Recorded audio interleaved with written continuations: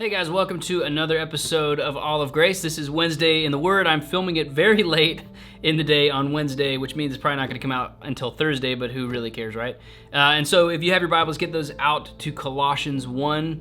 Last week we looked at verse 1 through 5. Today we're going to look at just verse 6, like just what it means for the gospel to spread. So let's read it real quick. It says this. So he says, "The gospel which has come to you, as indeed in the whole world it is bearing fruit and increasing."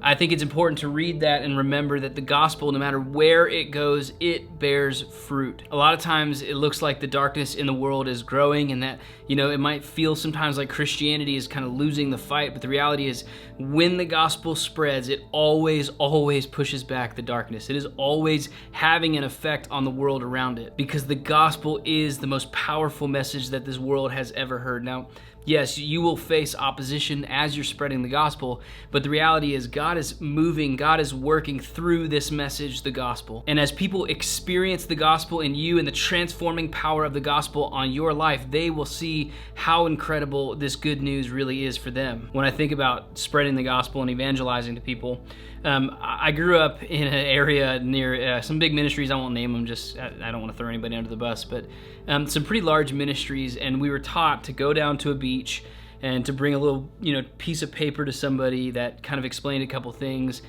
And I never knew, after you meet these people and you have conversations, and honestly, you do have some really good conversations. And actually, I know some people who have come to Jesus because of that style of evangelism, but there's no follow-up. I don't know what happens to these people. And yes, I do trust the Lord to move and to help these people grow.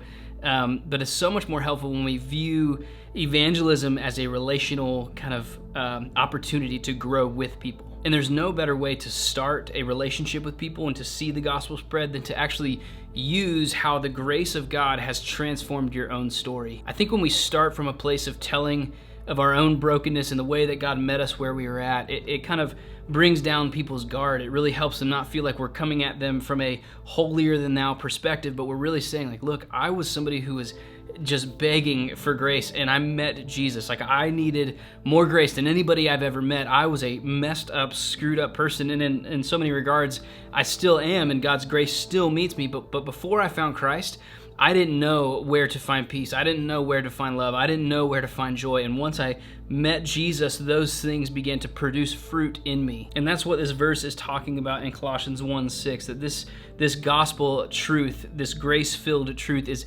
meeting people, they're understanding it, and their lives are being transformed. And so this week, as you're going about your week, think about who you can talk to, who you can share your story with, who you can show some vulnerability to, and kind of talk about the places of brokenness where God's grace met you and where God rescued you out of your sin, and even tell them how the gospel still meets you today. I mean, we all have areas of our lives where we still need healing. I think if you do that, you'll see a lot of fruit in your evangelism, more so than just walking up to somebody and kind of thumping them on the skull with a Bible. So guys, thanks for watching. I hope that by watching this, you were encouraged just to show vulnerability, to bring the gospel. I'm excited to see the kind of fruit that God produces in your life as you take steps of faith with this. As always, like and subscribe. I would love for you to send this to somebody just to encourage them and remind them that we don't kind of go out and spread the word through our own strength and our own ability. We go out as people who found grace. I hope you guys have a blessed week. I just started a new job at a new church. It's a wonderful opportunity, but it means I probably won't post 2 videos this week. It's a transition time. So,